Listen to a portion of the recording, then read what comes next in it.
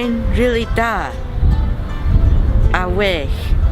Y lliwiau gwahanol, cos yn ysgol hen gennym ni ddim lliwiau gwahanol, mae'n just yr fath.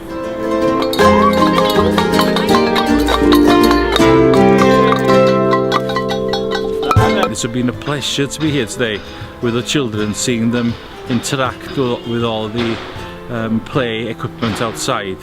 They've had a lot of fun, and I'm sure they will have in the future. Mae ysgol yn mwy na'n un hen. Dwi'n really excited a dwi'n edrych ymlaen a mynd I Ysgol Newydd. We're very pleased to see the developments of this school.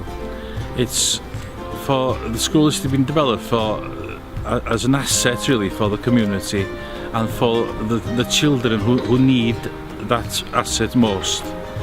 And it's been a real pleasure today to be here and to see the children interact, and I'm looking forward very much to see the school opening in the next few weeks.